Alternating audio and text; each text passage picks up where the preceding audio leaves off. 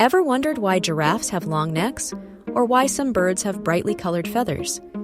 The answer lies in evolution, a process that has shaped life on Earth for billions of years. Let's dive into the fascinating world of Darwin's theory and understand how it all works. Natural selection is the cornerstone of Darwin's theory. It's the idea that organisms with traits better suited to their environment are more likely to survive and reproduce. Think of it as survival of the fittest, but fittest means best adapted, not necessarily strongest. These advantageous traits are called adaptations.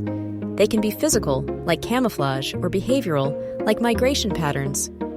Organisms with these adaptations have a higher chance of passing on their genes to the next generation.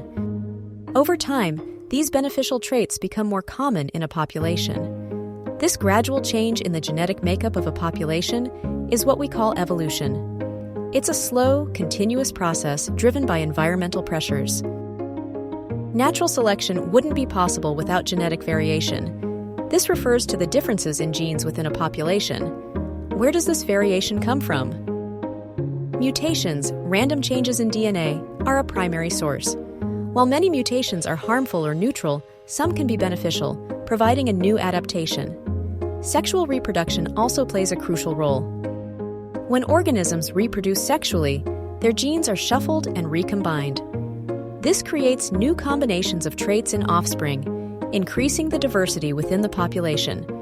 This diversity is essential for a population to adapt to changing environments. While natural selection is a driving force, evolution isn't always about adaptation. Genetic drift is another mechanism of evolution that involves random changes in the frequency of genes in a population. Imagine a small group of beetles where, by chance, more green beetles survive than brown beetles.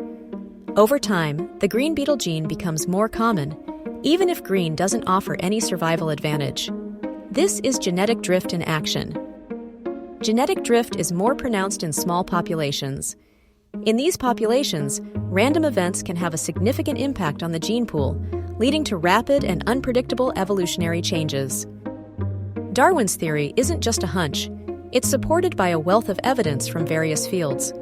Fossils provide a historical record of life on Earth, showing how organisms have changed over time. DNA evidence provides the most compelling support. By comparing the DNA of different species, scientists can trace their evolutionary relationships and construct evolutionary trees. The more similar the DNA, the more closely related the species. Understanding evolution is crucial for understanding life itself. It helps us understand the diversity of life on Earth, the relationships between species, and the processes that have shaped our planet. Evolutionary principles are also essential in fields like medicine and agriculture. Understanding how bacteria evolve resistance to antibiotics, for example, is crucial for developing new treatments.